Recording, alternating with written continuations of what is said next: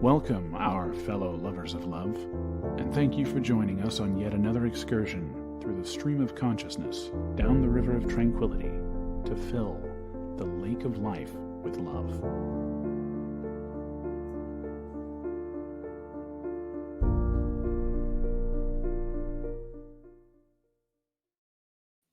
Good evening, everybody out there tonight. Welcome to this edition of Late Night Love. We're delving into the complexities of relationships, parenting, and work as usual. We explore topics from refusing marriage while staying committed to dealing with exes and workplace dynamics. So, whether you're seeking advice or simply curious, our candid discussion should leave you pondering the oh God, it's going to be one of those nights again. Intricacies of love and life. Gotta be one of these. Yay. Yeah, well, I should have known because we wanted to start this. We were actually going to do a review, a video, a short review of a short video that we watched yesterday, but I couldn't find it again. Oh no. But we can talk about it anyway. We're talking about how failure can if you're careful about how you approach life, failure is not failure. Right? Well, it takes work. Yeah, you have to be willing to. Well, there's this military guy on YouTube, and I forget his channel. I'll have to dig it up. I actually did find it. I couldn't find the video because who knows how old it was when YouTube feeds it to you. Could have been 3 years old. It didn't necessarily have to be a closer one. But anyway, he talked about how early in his military career he had tried out for a special outfit, psychological unit or something, Mhm. and he passed the physical part, but they didn't get selected while most of his class did. And he said that was, it was hard for him. And he finally realized at some point after, maturing and reflecting that, one of the reasons that he didn't get selected was because he was a bit, what was it? It was arrogant. And what was the other one? Immature, hot-headed. Yeah. Hot-headed and arrogant. And he says, so that's why he didn't get selected. It was, they never actually told him that, but he figured that's most likely why he didn't get selected. He wasn't mature enough for that role. And so they rightfully didn't select him. And that was good for him. Failure doesn't mean failure. Failure means it's a opportunity to learn, to move forward, and to become the better you, to find out who you are. And quite frankly, what was it? Also, if you haven't failed, you're not challenging yourself. That's a good viewpoint. Yeah. That's because you have to challenge yourself to reach towards the goal. Yeah, if you're not challenging yourself, then you're not becoming better. You're kind of stuck where you are. Life is easy. Mm-hmm. If you're not failing, then you're not challenging yourself. So there's some food for thought as we go through that, as you go through the night. All right. So as always, you can send us your letters, questions, comments to love@latenightLove.us. You can find us at latenightLove.us. All right, my love. What are we starting with today? Well, we're going to start with relationships. Okay. Is it okay for me to refuse to marry my partner even if I want to remain in a relationship? Okay, they're very young, late teens. Yeah, 18 and 19. They've been together since high school, but they're in college. They're at the same town in college, go through college together. He wants to wait to get married till after they're done with college. Yeah, she does. Yeah, she wants. Is it okay for me? Yeah, yeah, she does. Yeah, it's perfectly. Yes, it's perfectly okay. You get to have this. This is a choice for you, right? You get to have your say in this. If you're not ready for marriage, then you're not ready for that kind of commitment yet. You're 18. It's fine. You're 18. You're 19. Mm-hmm. It's perfectly reasonable to not want to make that lifetime commitment yet, while also still being in a committed relationship. Doesn't mean you're not on that path. It just means you're not there yet. Yeah. And there's nothing wrong with that. So, yes, it is perfectly reasonable. And I think it's mature for you to understand the difference between those two things. So, You can be marriage minded and not on the marriage track and just not ready yet. yeah. And, Yeah. lots of people have a differing view on legal marriage versus emotional marriage versus spiritual marriage. And so, those are things you're going to have to come to terms with anyway. So, there's a lot of discussion to be had about what your long-term relationship is going to be like. And so it's smart for you to just kind of slow down and right, there's nothing wrong with it. I'm not going to say there's anything wrong with making the emotional decision either, but it's perfectly okay to take your time and make Hmm. slow decisions, especially when you're young. I mean, there's nothing wrong with it when you're older too, but when you're young, you've got your whole life ahead of you. There's no reason to jump too fast. It's just not. Okay. All right. My husband referred to his ex-wife as his soulmate, and she sent a letter to his house, to our house. Should I be worried about this? Well, what was in the letter? Who knows? It's referred to as ex-wife when is in the past when they were married. You always feel the person who you're married to is your soulmate. So that's not an uncommon thing. If he's still actively referring to her as the soulmate, then that's probably something to be worried about. Yes. But then again, circumstances can happen where, you can feel like someone's your soulmate, but you can't live together. Just can't freaking, No. you as a couple just don't work. And so in that type of case, is there anything to worry about? Probably not. So it really kind of depends. But is it something to deal with? Yeah, probably. You're probably going to have to And figure how out. about your own emotions too? Yeah. know? Yeah, your emotions about it are real. Yeah. They're not shouldn't be sidetracked. Shouldn't be put as secondary. They're just as important as everybody else's. And it's really that soulmate discussion is how you kind of define it. It's we were soulmates, but we're just terrible for each other for whatever reason. And so, it's just smarter for us to not have anything to do with each other.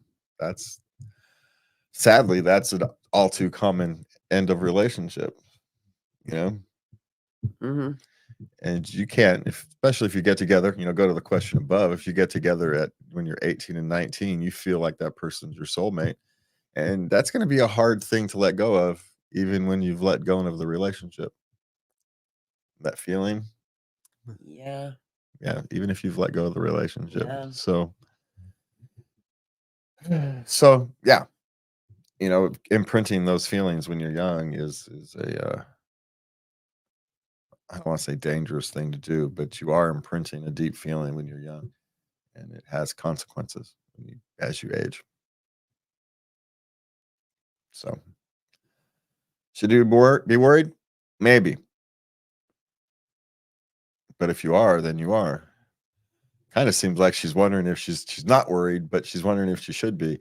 Yeah. Yeah, Yeah. yeah. Well, if you're not, then don't be. Then don't worry about it. Don't borrow trouble. Yeah. You may be curious of what's in the letter, but who knows? You can always ask him.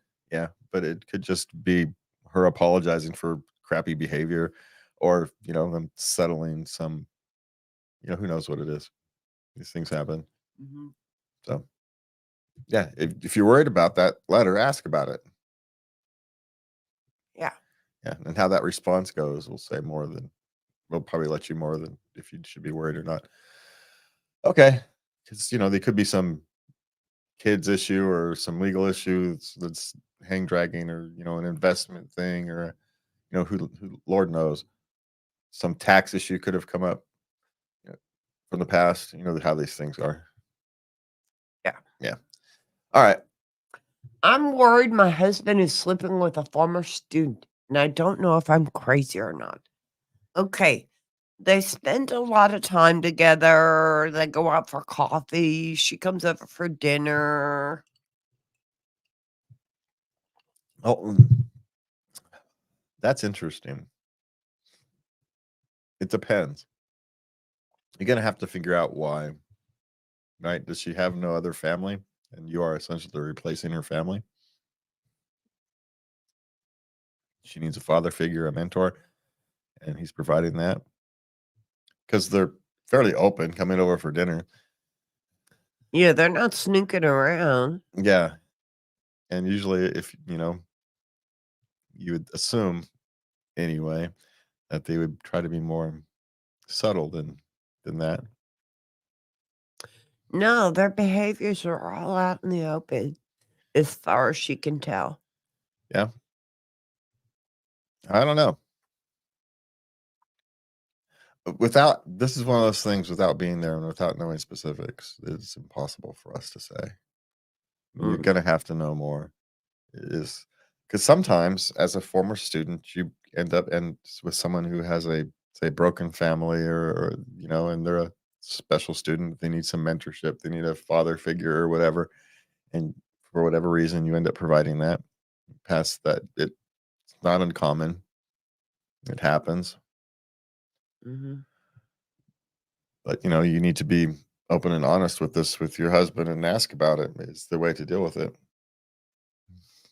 It's, Yes. and maybe he has been open with the thing, and she's just uncomfortable. And if you're uncomfortable, let them know. Maybe go to coffee with them as well. Yeah. I don't know, but unless you have more than because she may have more information than she's providing. Yeah. And so it's hard for it's one of these things Okay. without more thing, it's All right. impossible for us to actually give up.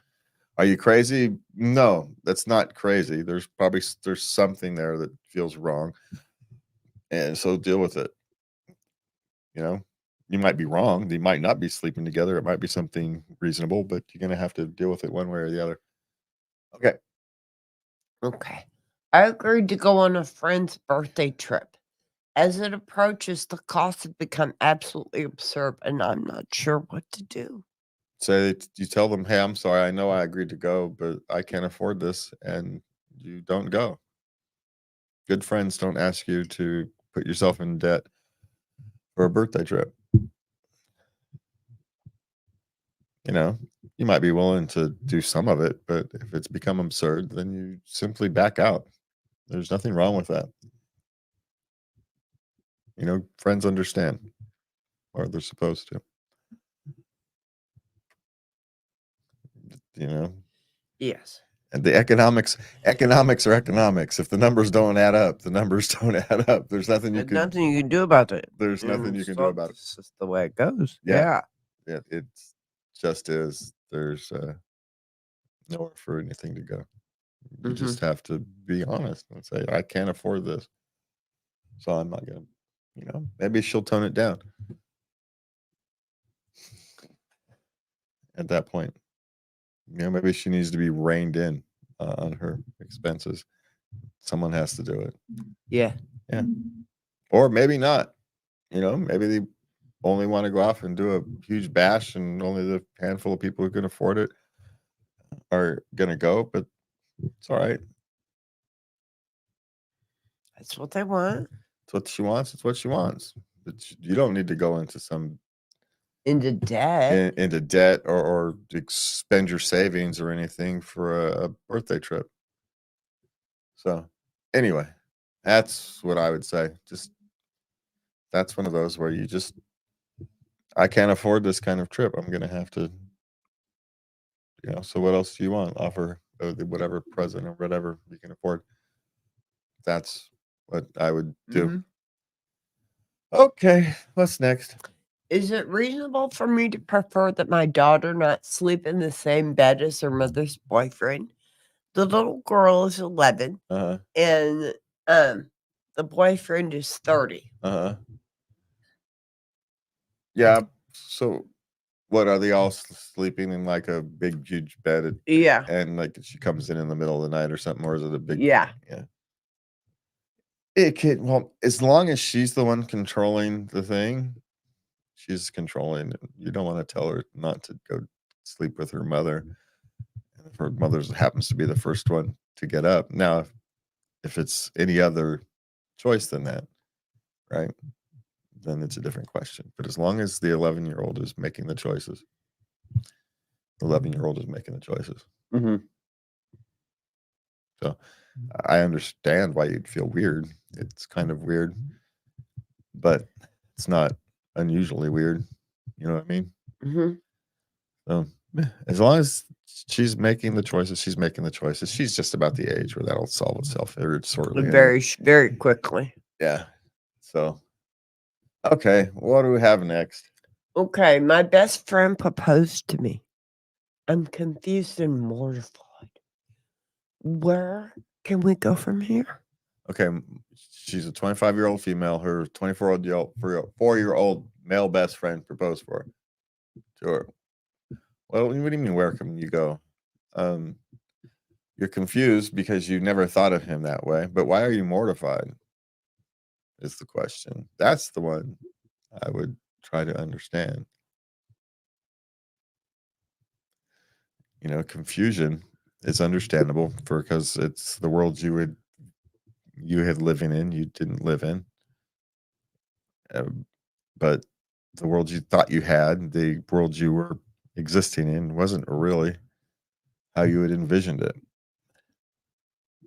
You had not put those type of feelings on this person. Now, of course, that's a bit extreme. You went from best friend to proposal. You know, what happened to dating? We kind of skipped that part. Well, in a sense, he probably feels they've done most of that. They probably have. She just didn't feel it. She just didn't view all those interactions as a romantic setting. And he was. There was a failure to communicate in this relationship Mm-hmm. by both by both, by yeah. both of them. And now that has to be resolved. And once you resolve that, then you can decide where you're going to go from here. And it very may, I told you it was going to be one of those nights. It may very well be that there is no relationship after this. Could be. Because he's going to be very hurt. He thought there was a relationship there that there has no chance of being. And the only way for him to preserve his mental health will be to remove you from his life because it simply hurts too much to continue interacting with you. Yes. And that's just going to have to be okay with you. And it might be okay with you. You might prefer that as well because now your whole vision of your relationship has changed and different. So that could be an end, or it could be that you guys can work through this. And who knows what comes out on the other side.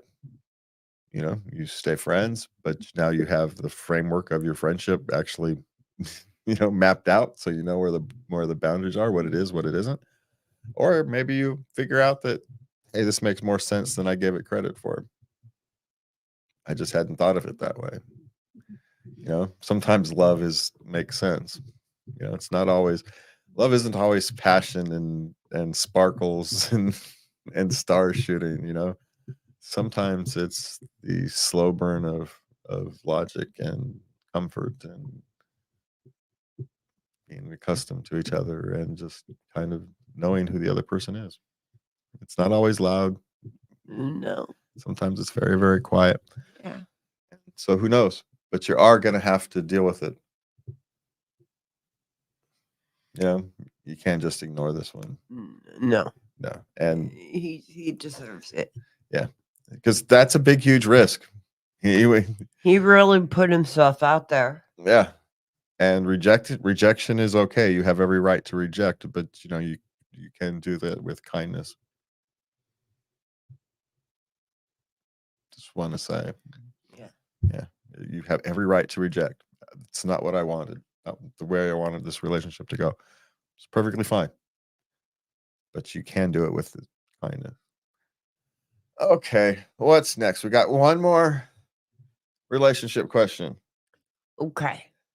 I had to have knee surgery, and my boyfriend keeps asking me for sex. How do I get it into his head? I just don't want sex right now. They're both 19. Yeah, at that stage, 19, he's not going to get it because he's stupid. It's hormones talking, and you can't really logic your way through hormones. And yeah, knee surgery, it's going to be a few 4-6 weeks before you're going to be in the mood for that. And so you're just going to have to be open and let him understand that. Yeah. It's the only way to do it. You know, and this is part of the maturing process, right? You're right in the middle of it, yeah. of the experience that leads to growth. Yep. And if this is the kind of part that happens, and yeah, it sucks, but you have your parts too. There are times when you will be unreasonable and he will have to find a way to deal with you. And so when you love somebody, especially when you're young and they're still learning how to become a mature human being, you have to deal with their immaturity. It's part of the journey of a relationship. Mm-hmm. Should you have to? Yeah, probably not. But guess what? Every one of us had to go through it. No one gets out of it. It's just part of the human experience. It's what makes it human.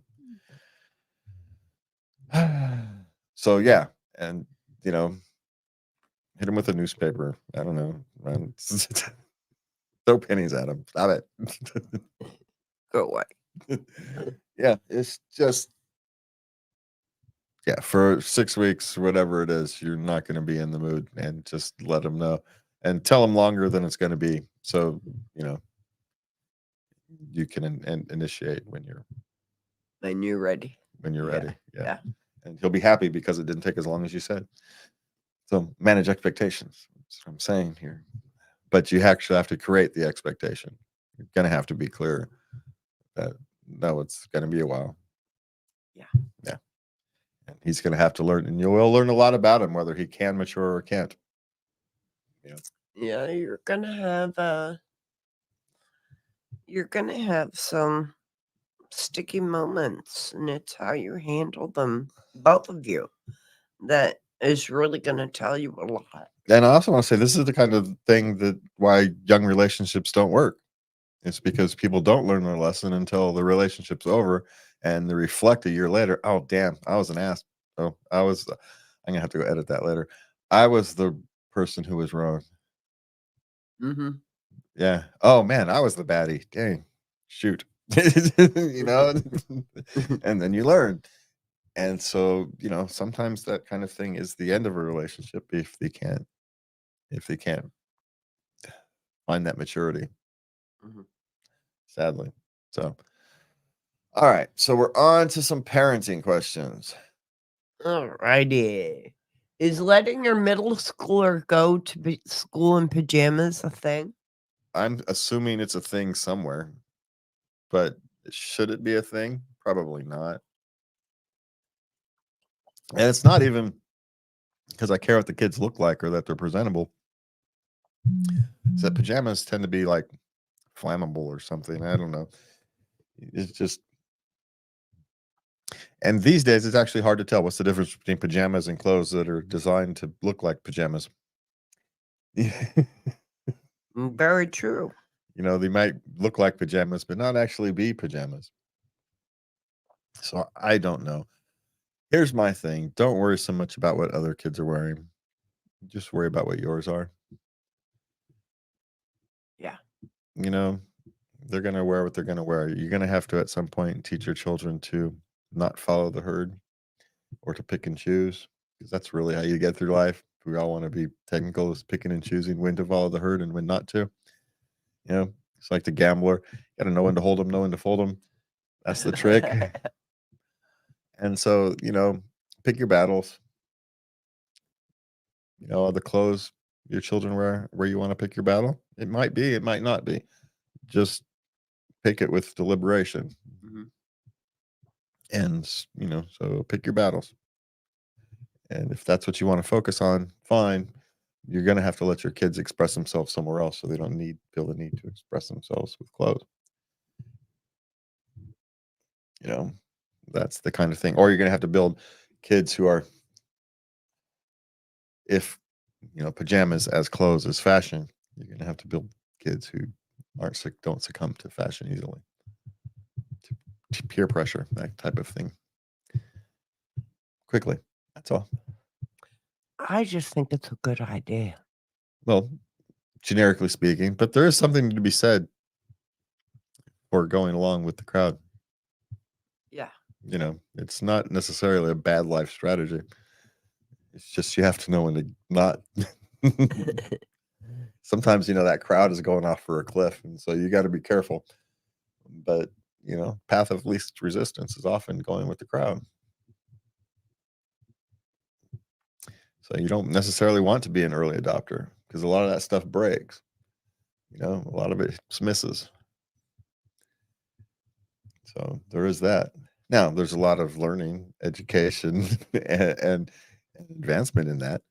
But there's also a lot of pain, failure. And so, these things balance. Okay. Okay. Sick of my children being torn from my arms. Her mother and her mother-in-law. Uh-huh. I mean, she's hardly out of the car at their house, and they grab the kids and hustle them into the house, and they ignore her. Yeah. And it's all about the kids. Enjoy the free time. That's my suggestion. Enjoy it. You get to have some time where you don't have to worry about them little nuggets. It's great. Take advantage of the fact that you have some free time. How often have you complained that all you do is have to watch these little nuggets? You love them. You don't want, you'd give your life for them. But at the same time, it's a lot of time and pressure and energy. Enjoy it. Let the grandmas do the grandma thing. Sit back and enjoy it. Now, there are times grandmas and whatnot can be overbearing, but them wanting to come out and grab them little rugrats right out from your things and run into the house and just enjoy it. It's my suggestion. That's an easy one.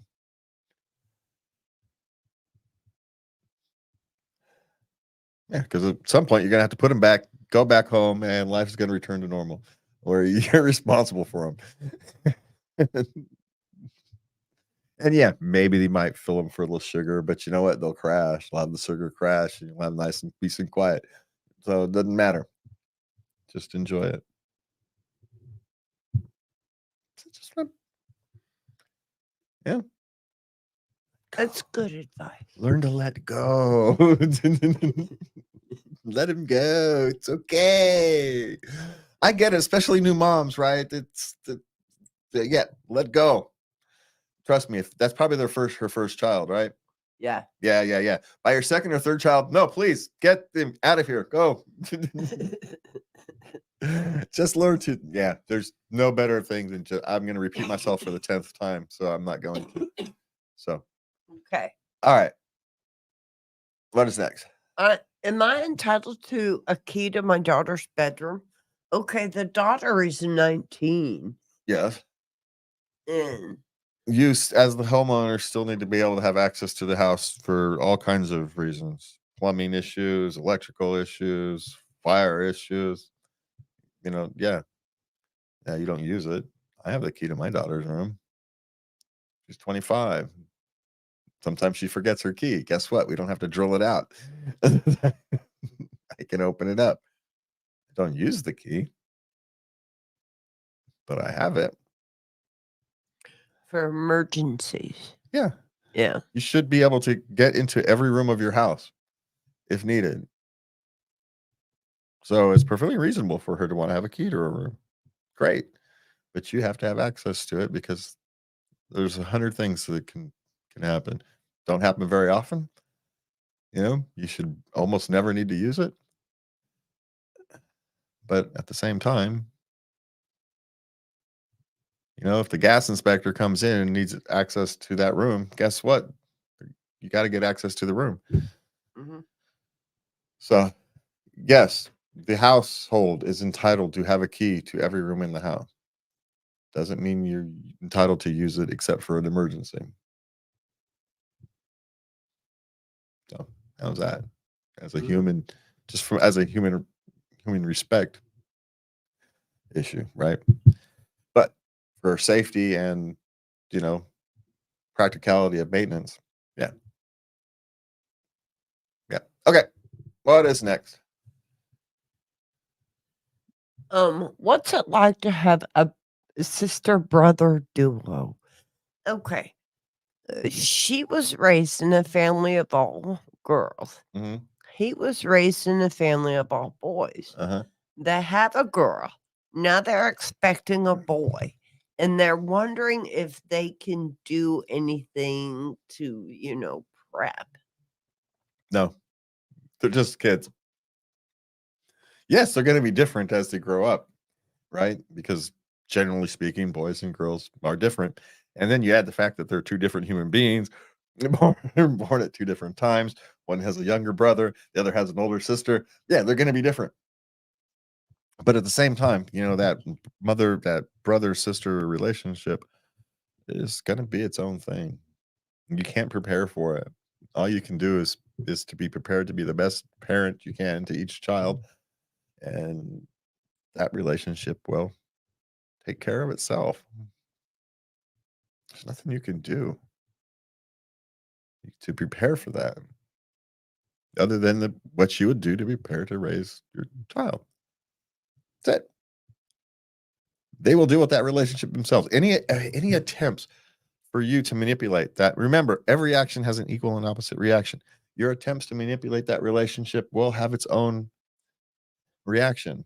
So stop it. Just let it be its thing and sit back and enjoy it. My daughter's a very strange combination of femininity and masculinity. She was raised by three older brothers. But she never lost her somehow, and me. Since 7 years old, I essentially raised her. So three older brothers and a father is what raised her. So she's got this strange masculinity, feminine thing. And it is what it is. Children grow into what they grow into. You can't plan for it. It's going to come out differently than you plan anyway. So just plan like you normally would. Don't worry about that relationship. Because there will be times where they love each other. There will be times where they hate each other. And oftentimes it will be at the same time. So it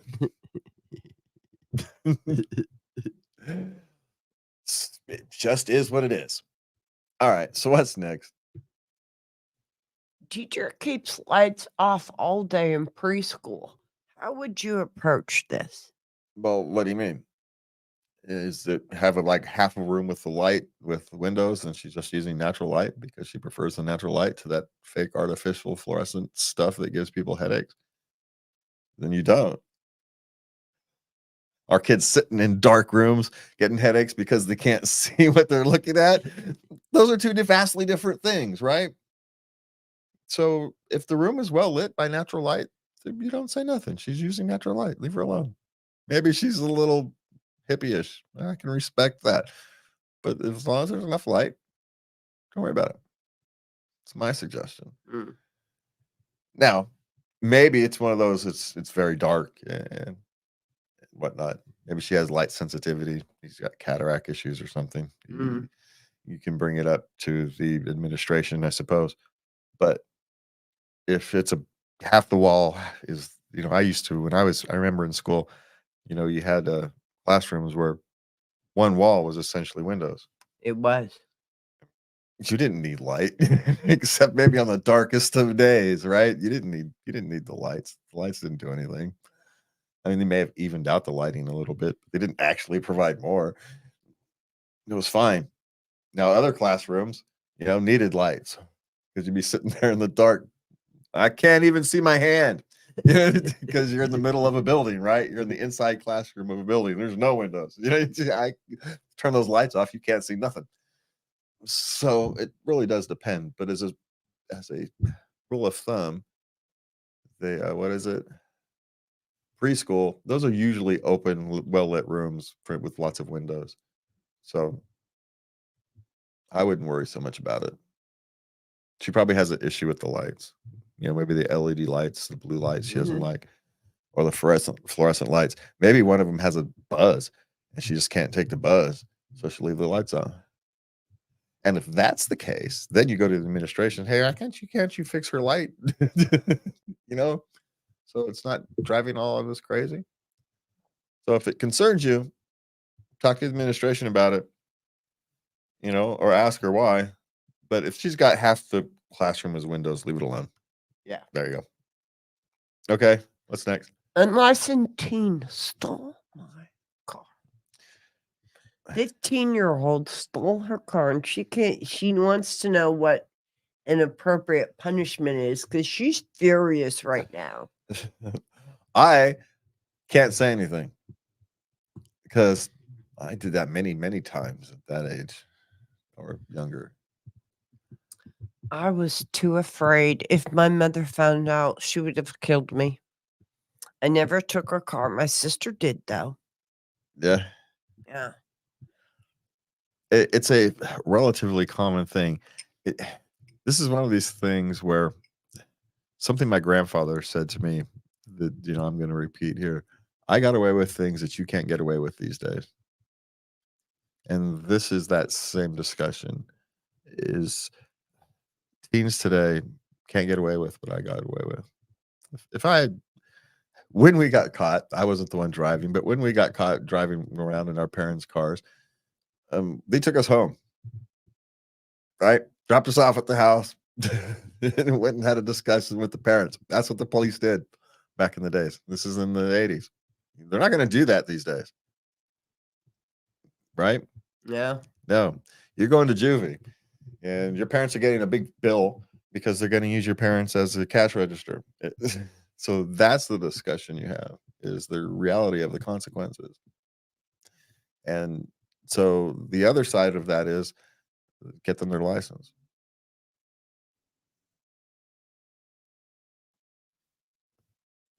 I know this is counterintuitive, but what they're actually telling you is they need more freedom than they have. Get them on the path to get their license. Yeah. Then don't let them use it as their punishment for a little while, 3 months. After they get it, don't let them use it for 3 months. That's showing them mutual respect. They're still getting punished. You're still putting them on the path of something they are just plain they need.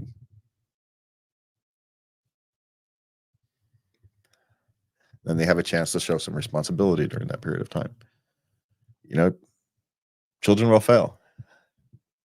And they made a fail. So, be creative. Because the problem with punishing a child for this kind of a strict, straight punishment is they just become more rebellious.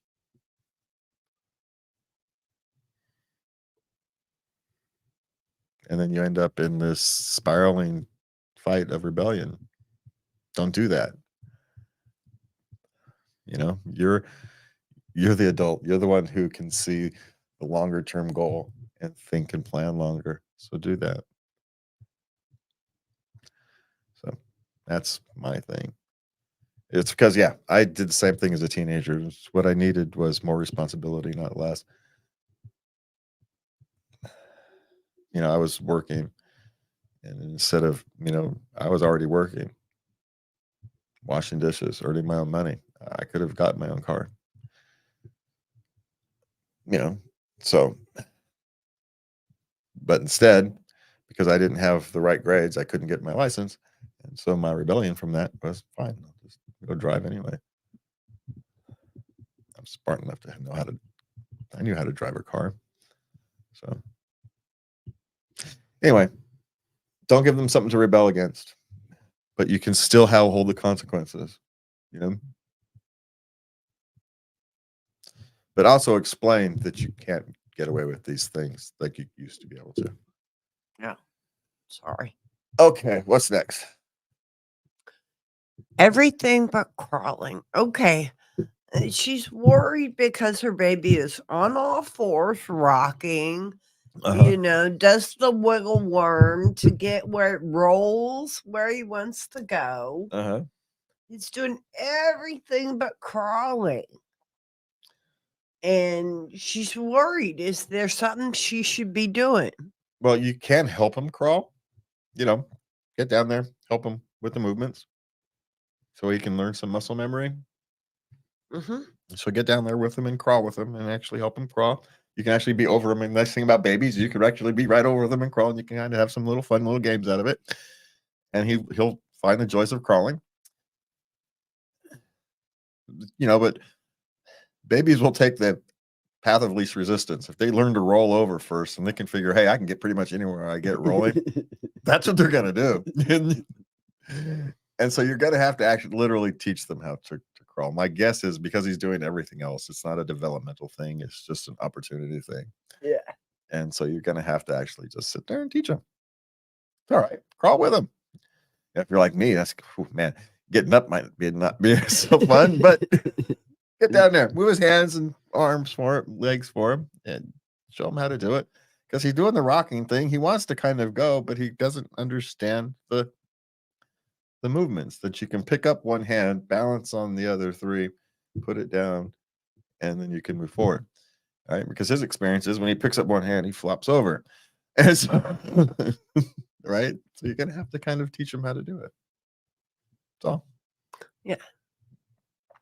But if he still struggles after a month or so of that, then you take him to a doctor because there may be something else going around. But my guess is he's probably pretty close to doing it by himself anyway. He's really close. But yeah, give him a hand. Get down on the ground and crawl with him.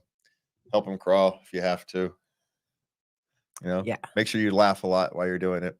Yeah, because they like laughing, and if they're enjoying the process, he'll try to crawl for you just so you can hear you laugh. Children love laughter. It's one of the first things they understand. So if they can make you laugh, they want to make you laugh. So, make sure you're laughing while you're doing it. Make it fun. And he'll do more. It's just kind of how it works. And enjoy the process. Because it only happens once. That's all I'm saying. It's such a short window, too. It really is. It's such a short window. So enjoy the process. I know it can be frustrating, but enjoy the process. Just take a step back and remember that this only happens one time per child. It's a unique experience. Yeah. And enjoy it. Because once it's gone, it's gone. You can't hold on to it. No. Okay. Oh, we're on to work questions. All righty. Yes. What is a healthy ratio of hours spent on tasks you like and tasks you don't like? There's no singular healthy ratio, right? Because sometimes you get stuck with tasks a string of tasks you don't like. You just have to kind of get through them. But there comes a point, and you just know this point as an individual, where I don't want to do this anymore. And then you've crossed that line somewhere back there. Because there is no single point. Now, a lot of people say knock the difficult tasks out first. When you start your thing, make a short list, 5 things, knock the 3 most difficult things out first, save the easy stuff for last. Some say knock a couple easy things out first, get a couple wins under your belt, and then move on to some difficult tasks. Me personally, I spread them out over the course of the day. I do phone calls and emails in the second half of the day and kind of mind-numbingly tasks first thing in the morning, just so I can get into into work mode, so to speak. So, but I don't always get to answer every email in the afternoon or evening. Sometimes I have to do it in the morning. If I'm dealing with someone on the East Coast, I have to deal with it in the morning. So, none of these things are gospel. But what I can tell you is if you have a job that you find meaningful, the tasks you like and don't like become less relevant because the end goal becomes what you focus on. So ultimately, what you want to do is design your life where you're doing something with meaning, or whatever, even if what you are doing doesn't have meaning, what you do with the proceeds from that has meaning. Gives you the motivation to keep going. Where the task is irrelevant, the end result is what you care about. So, but hey, if you're in your 20s, you don't usually get to make that choice, right? So, so you make do. You do as best you can. So, you don't usually get that choice until you're in your 30s, late 30s, 40s, where you actually get to make those kind of choices. Yeah. Okay. Can I tell my new job Can I tell my new job availability after they've hired me? She doesn't want to work on weekends. That's when her partner is home. Okay, but did they discuss the job hours during the hiring process? No. That's probably one of those things you should have discussed during the hiring process. Why they didn't do it is odd. I've never had someone tell me during the, not tell me what the hours were. Mhm. I've gotten to have negotiations of when the hours were. Really? I can't start later than that. Yeah, well, not quite that way of a discussion, but yeah, I've gotten to start later. Mhm. If you're good, they'll accept some compromises on hours and times and days. It also kind of depends what the job is. Maybe it's just a 9 to 5 job anyway, and there is no weekend work. Or is she a waitress where they expect you to work weekends? Don't know. Okay. So you can tell them whatever your job availability is, but there will be repercussions for that if they hired you to work weekends and now you're all of a sudden telling them you can't. But if there was no discussion, I don't understand how you can be hired without having a discussion when you're expected to work. There has been a failure to communicate somewhere here. There's a communication error, which doesn't look good for either one of them, because A, she should have asked, and B, they should have said. So, this job isn't starting off on the best of foot. There's some bad signs here. Okay, what's next? Okay. Should I let my next door neighbor know we work together? She works remotely, right? Uh-huh. And she attends Zoom meetings, but she views the Zoom meetings. She doesn't go on camera. Uh-huh. And she noticed several times that now that the neighbor is on the Zoom call, they work together. Okay. So she's wondering if she should notice, if she should say something. She can if she wishes. She doesn't have to. Yeah. Yeah, there's very little etiquette for this kind of thing right now. I mean, I suppose at some point there will be an etiquette for this that will kind of, and guess what? You get to decide it. Yay, you get to be one of the front lines of making the decisions on how this type of etiquette works. Because I don't know. It's like, if you're next door, if it was a neighbor down the street, yeah, sure, why not? Your next door neighbors, oh man, do you really want to know if your next door neighbor works? Now, if you're commuting, you want you to know your next door neighbor. It's great because you can kind of share the commute costs if you work the same shifts, that kind of thing. So it does happen. Mhm. So it's not unusual for coworkers to know where you live. But at the same time, it's not someone who you actually interact with on a daily basis, and you kind of can get to know their character and whatnot. Except is your next door neighbor, you do get to know them, and you're just going to have to make this kind of decision based upon, your knowledge of your neighbor and your kind of wishes. There is no right or wrong thing here. Of course, at some point, he may figure it out and then say, "Okay, you never told me," but then you just said it would have felt weird. Is the answer? Most people understand that. Yeah. So there is no right or wrong way to deal with this. You're just going to have to kind of figure out how you want to. And congratulations, you're on the front line of social evolution.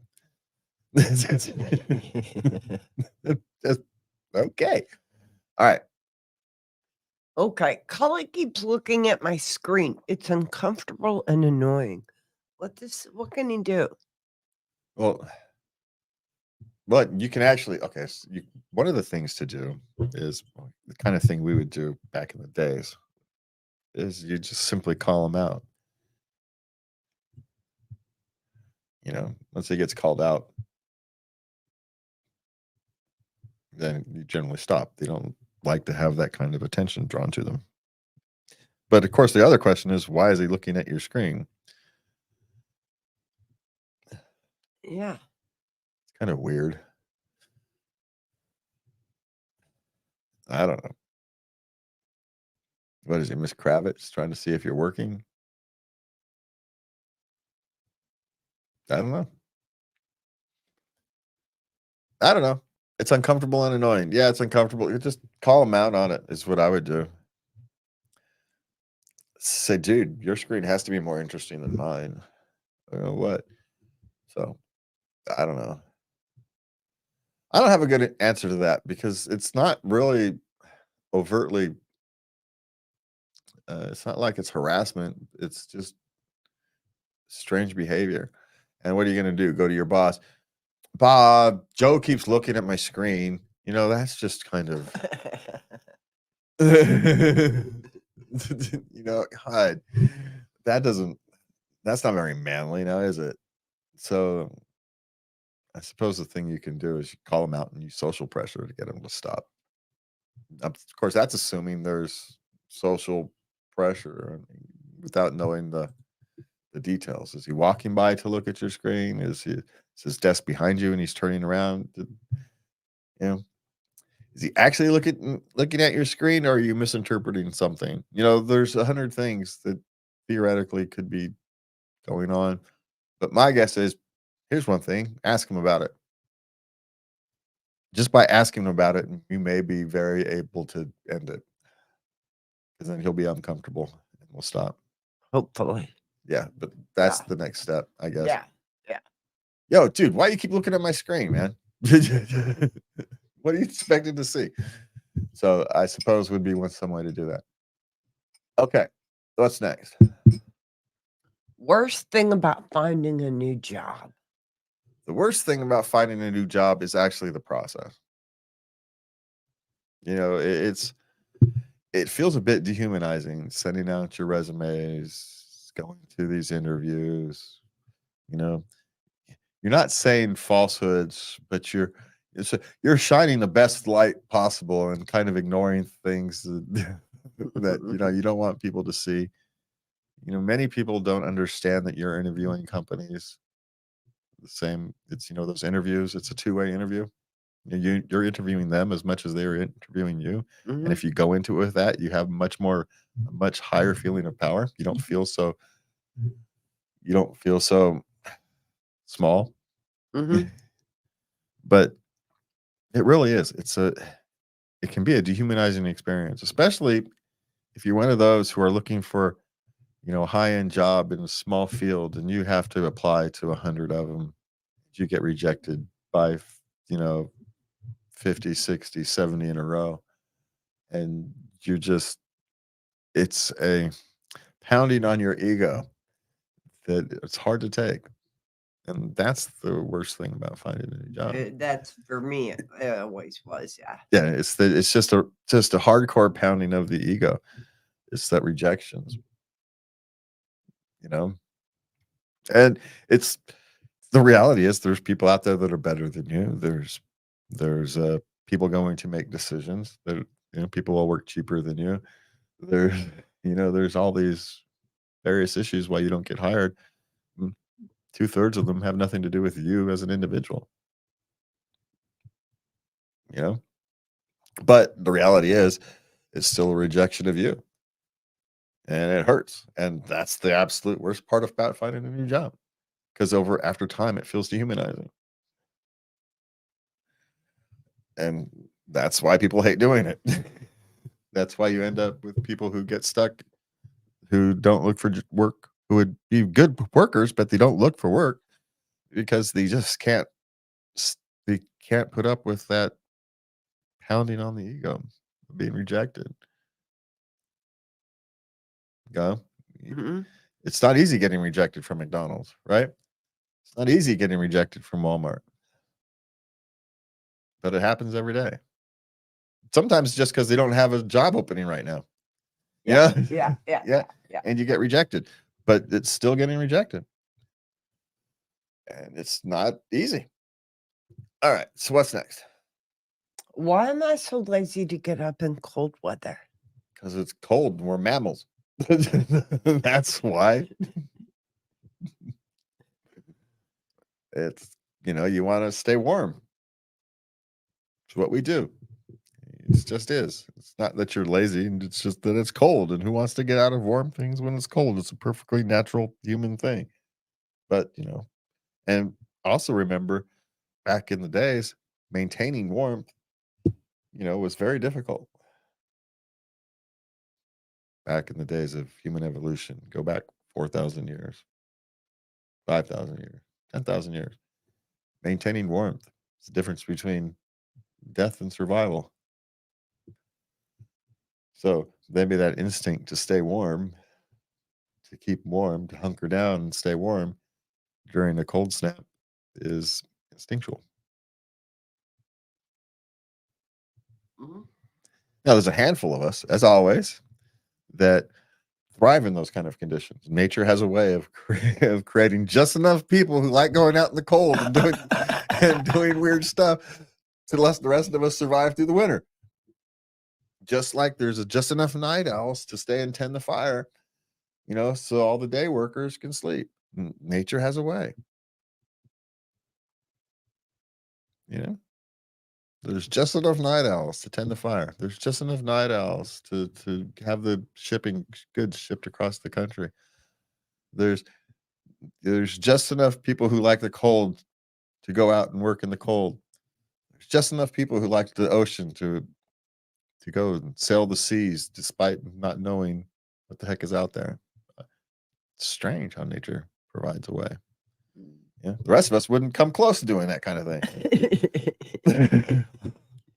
People crazy? It's cold out there. I'm not gonna put on skis and go down a hill. I'm not gonna climb a mountain. Are you crazy? Why am I gonna climb Everest?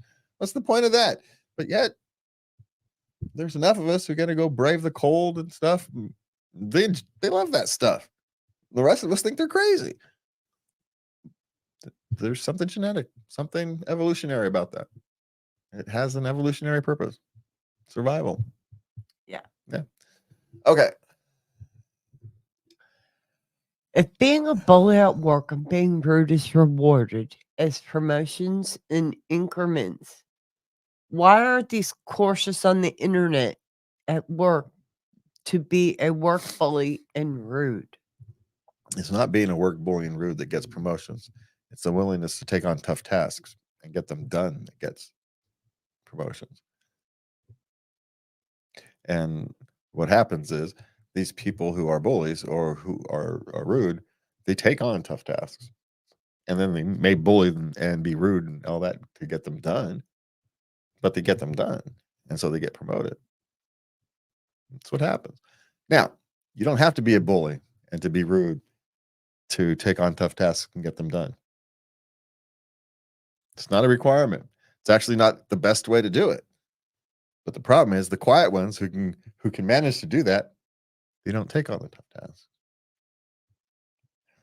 They wait for someone to assign it to them. You got to volunteer for that stuff.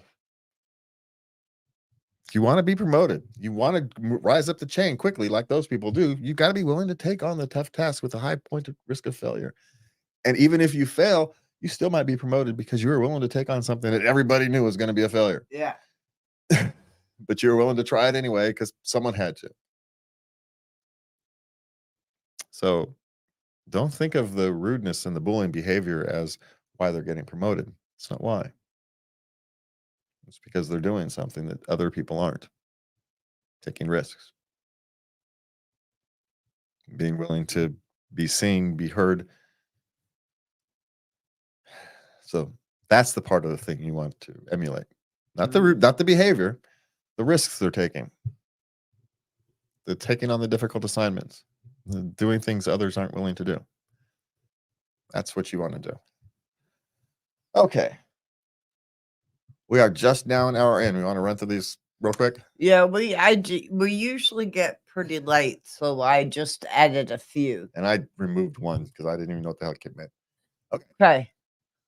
What's the quickest way to get a man or a woman to orgasm? Well, they're two different animals, so you know. Well, it's actually the same on both. It's all pregame. Ooh. Doesn't matter. You get the more excited they are before you start, the faster you can get them to finish. That's all I'm saying. The specifics will be different based on the person you are dealing with. So I can't give you any specifics, but I can tell you it's all pregame. Right? So, start planning. Okay, what's next? What kind of nudes do women want? We don't want nudes. Oh, you guys don't. We don't. We just don't want nudes. We don't care. No, you want the abs. And abs. We want chest full hair. They want abs. Maybe a nice butt. Yeah. Don't send them a picture of your junk. They don't want that. They want we don't care. So if you're like me, don't send them any nude pictures. Because that's not gonna. You gave me a shirtless view. It was on cam. Yeah, but that was 12 years ago. Yeah. 12. Wasn't it 12? Try 14 coming up in July. Hey, I had a concussion. I don't know anything about time. July 8th. Well, it's 14. I thought it was 12. But then again, I don't know. I have to count for my daughter to figure out how old my kids are. So it's not. I know how old my daughter is, and I have to count up for the rest of them. No, we're in our 13th year. So then I was right. It was 12. We're in 13. It's close enough. Hey, man, I'm close enough for conversation.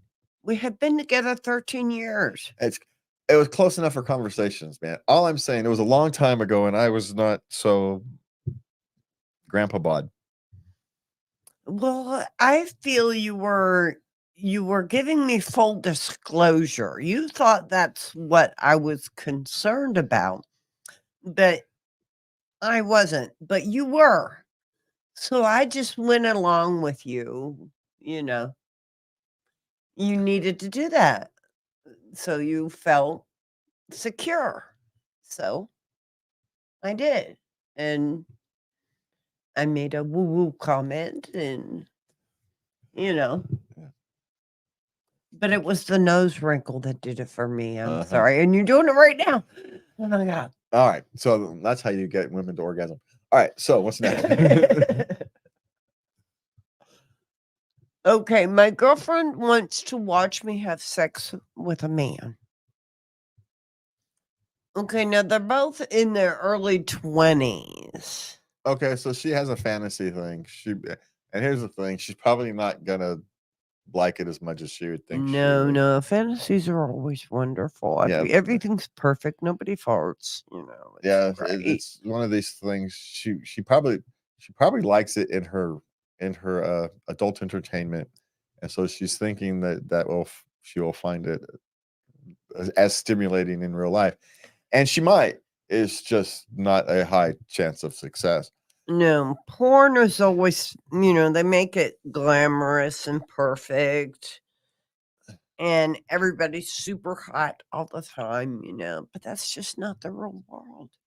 No, and the other thing is, unless you're into it, it's not gonna be fun. So Yeah, why would you do it if you're not into men? now, if it's if you've got an interest in that type of thing, and if it is you are curious about it, Yeah, there you go. knock yourselves out. But these things rarely turn out the way you think they do. It usually just ends up being awkward. All right, what's next? Okay. I tested positive for chlamydia, but I haven't had sexual contact in years. Okay, now, hey, most STDs, you can get them in other ways than sexual contact. Yes, you can. And so I don't know specifically about chlamydia. I didn't look it up. I meant to, but I forgot. But some of them can also stick around for a while and go unnoticed. Yeah, they really can. And so I should have actually looked. This is how you get weird search histories. Let's take a quick look. Let's see what we can find out. Let's see. What's it? It's caused by bacteria. No symptoms in the initial stages. Well, the nice thing is they're treatable, so don't worry too much about it. There are other ways. It does say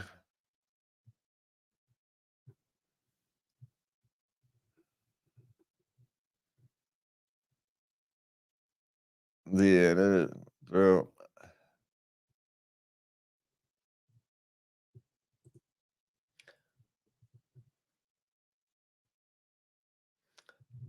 Actually, you can have a chlamydia eye infection if you have genital contact with the eye. I didn't know that. no, that's a rare one. My guess is there's even rarer ones that they don't put on here. There's other ways to get it because it's just a bacterial infection. And so who knows? And maybe it can stick around. Maybe she's not so honest about her sexual contact. You can do it by touching genitals, even. You don't have to have actual sex. And so, but anyway, don't worry so much about it. Or intercourse, I should say. Just go get it treated and taken care of. Yeah. It's not the end of the world. No. You're luckily you got one of the, if you're gonna get one, I suppose, right? An STD, then you kind of choose chlamydia. Yeah. If you're gonna get one, that's one of the ones to get, I suppose. It's one of those that's treatable, and you don't have to worry about it again. So, but as I have learned, STDs have other ways of getting it other than direct sexual contact. Even just because that article we looked at didn't say any other options, didn't mean there wasn't any. But just get it treated. Don't worry so much about it. Yes, I feel you. How did I get it? When you get something that others consider an STD and you didn't have any risk factors, is a frustrating experience. But at some point, you just have to let it go.